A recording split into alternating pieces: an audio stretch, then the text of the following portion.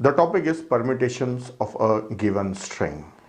So first of all, we'll understand what does it mean by permutation. Then we will see the method how to find permutations.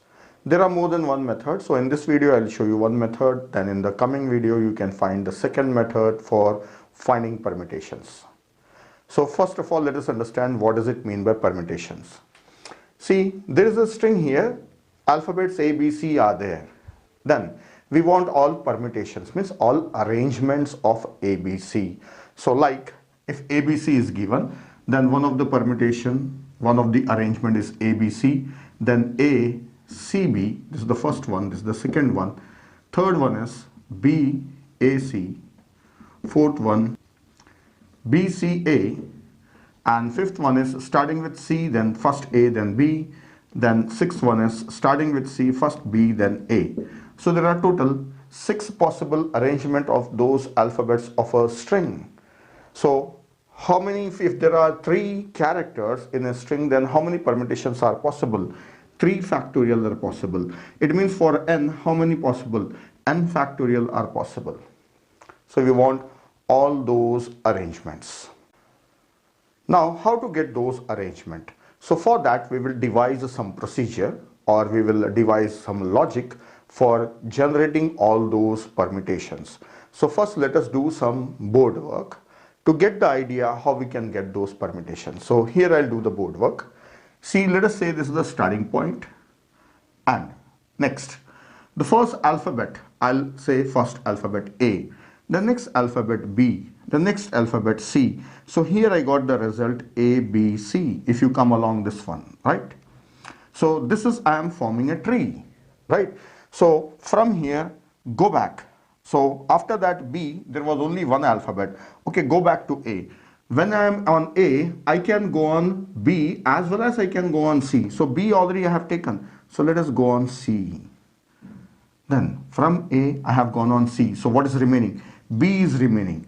So then what is the result? B, C, A. So this is B, C, A. So I got 2 different arrangements. So I can show these arrangements in the form of a tree. Yes, then after C there was only one letter B. Then after A, B and C both are over. So let us go to next letter B. If I start with B, next letter should be either A or C. So first I will take A, then I will take C. So this is another permutation, that is BAC. So that is BAC. Then go back. After A, only C was left. After B, C is possible. Then next is A. So BCA.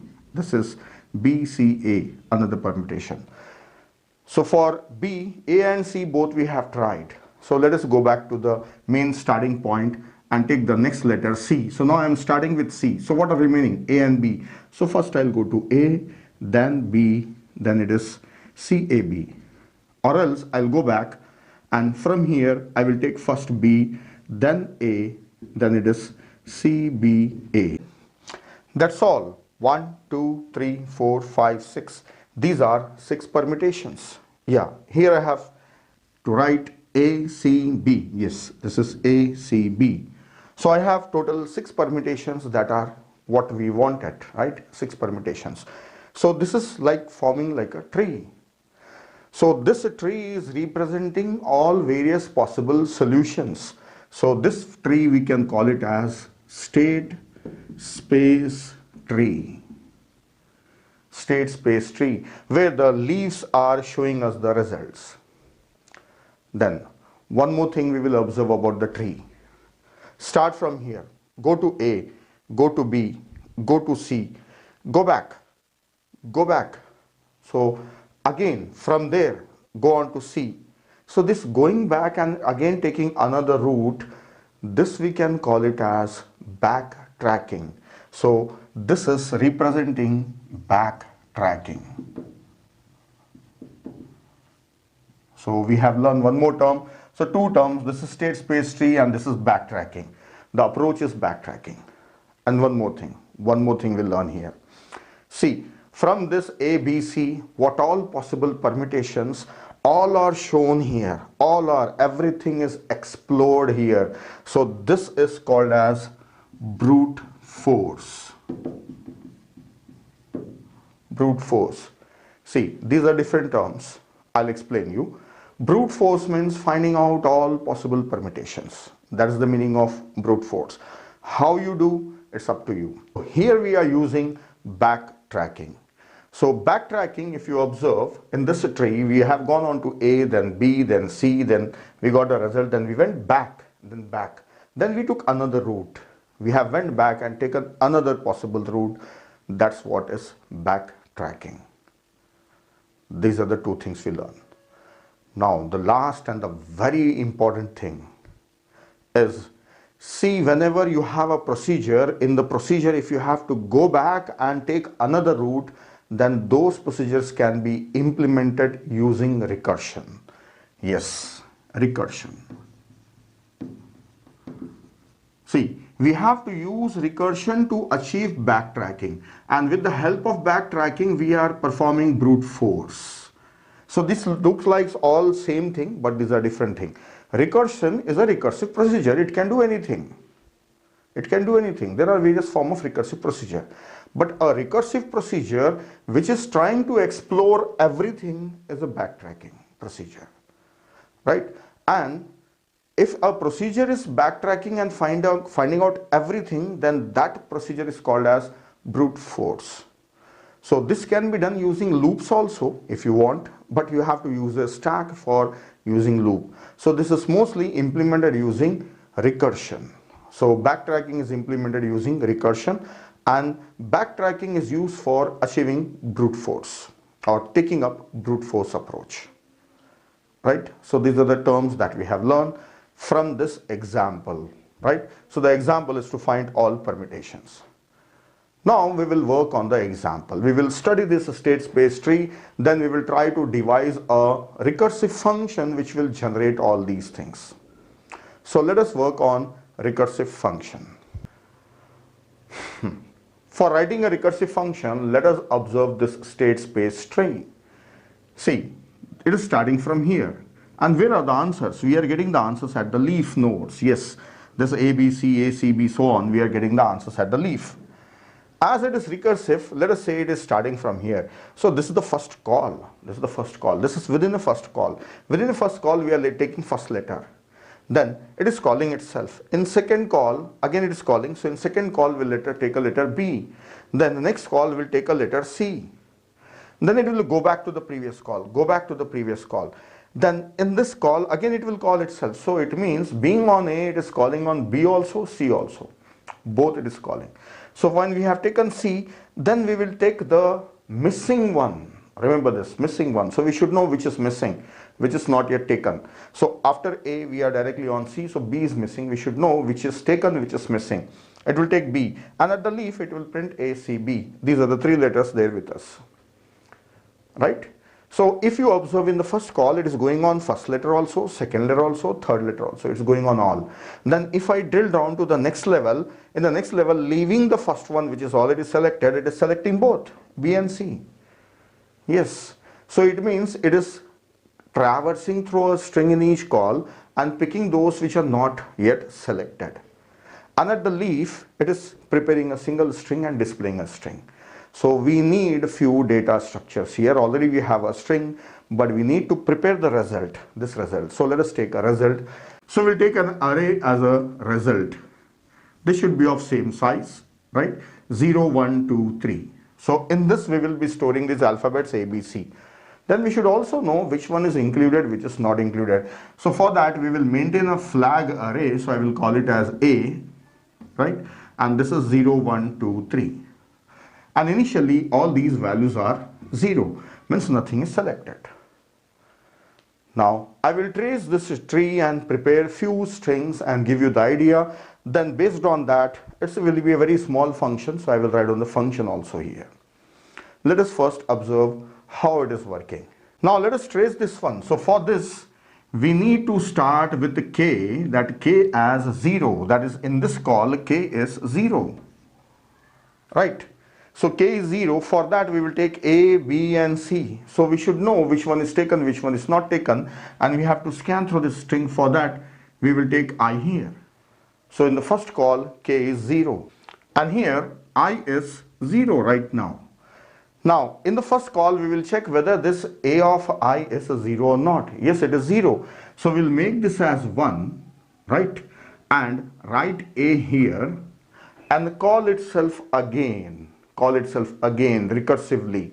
So when it is calling again, it will call for the next level. So k should be on next location. So at this level, k is at 1.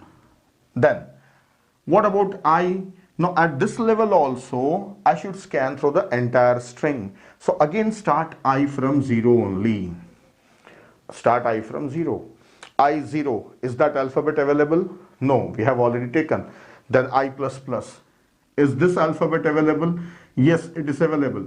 So mark this as 1. At this place, B is there in the string. So write B, right? So I is now at 1.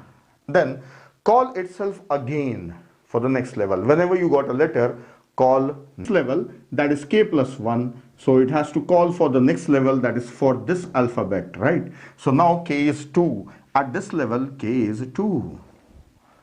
Now here also, it should scan through the entire string and take those alphabets which are missing. So you should take an alphabet that is missing so far. So again, I starts from 0. Check, is it available? No. Next one, I plus plus. Is it available? No. Is it available? Yes. So I is here, mark it as 1. And at this place 2, the letter is C. So take C. Right? So right now I is at 2 there. I is at 2. It has got the character. So again it should call itself. So this time again k starts from next letter, that is k plus 1. So it will call itself on the next alphabet. Now again I should scan the string. But no. Check here, k has reached index 3 and in the string main string it is /0, means k has reached at the end of a string. No doubt k is representing this string, but at the same place if you see matching place, that is null character, means we should not go further or we should not process anything here. We have reached the end and we got the result. So at this place k, put /0 and print this one. So in the next call, printing is done. In the next call, when k is equal to 3, printing is done and we will not scan through this string.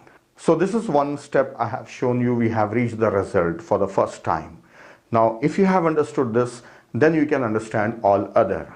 Though I have to continue, I'll show you few more, than how it is working. You can understand it clearly. Now till here you should be clear what all has happened. This was the first call. First time k was at 0. This is for the result array, right? Then we got A, then we got B, then we got C, then we got reached the end. So we have printed A, B, C. Right? Now, once you have printed A, B, C, don't go further. Go back. Go back to the previous call. So go back to the previous call means where was K, where was I? Let us know. K was at 2 and I was also at 2. So K was at 2, I was also at 2. Then what to do here? What we were doing, scanning the string, continue the scanning the string, continue scanning. So before going to the next, make this as 0 and proceed. If you reach here, this is null. So finish scanning in this level, right? So finish scanning means again go back to the previous call. So in the previous call, where k was and where I was, k was at 1, I was at also 1. So what you were doing here, scanning through the string. So continue scanning. But before that, make this as 0 and proceed. So when you go back, make that as 0, right? Make it as 0. Then continue scanning. Okay, continue scanning means next I plus plus. Is it available? Yes, that is 0. That is 0. Yes, it has to be taken. So at this place, it comes to this one, right? See, k is 1 and I is 1. Here k is 1, but I is 2. Yes, k is 1 and I is 2, and this is available. So whenever a letter is available, mark it as 1, take that letter, call itself again for the next letter. Call itself again. So k is now 2. Then again start scanning the string. So in every call, we are scanning through the whole string. I starts from here. Yes. Is it available? No, not available. Next, I plus plus. Is it available? Yes, that is not taken. So make it as 1 and write B wherever this K is pointing, because this is B. So write B here. Yes, we got that letter B. So where I is pointing right now? I is pointing at 1. Yes. Then call again itself again. So if we have call again itself, K has reached null. So K has reached null means in this call print. Now this is printed. Now after printing, go back to the previous call. Where K was in the previous call? Previous call K was at 2. Then where I was at 1. Then what to do? Continue scanning. So but before that, make this as 0 and continue. Is it available? No, it's not available. Next, is it available? Oh, you have reached null. So we have finished with this level. Go back to the previous. Once you have finished, go back to previous. So where K was at 1, where I was at 2, K was at 1 and I was at 2. What to do? Whenever you are going back, you have to mark that as 0. Yes, mark this as 0. Then continue scanning. Next, that is null. So we have reached null. Then go back. Go back means which call now? This one, right? This one. See, we have finished this and finished this and finished this. So where K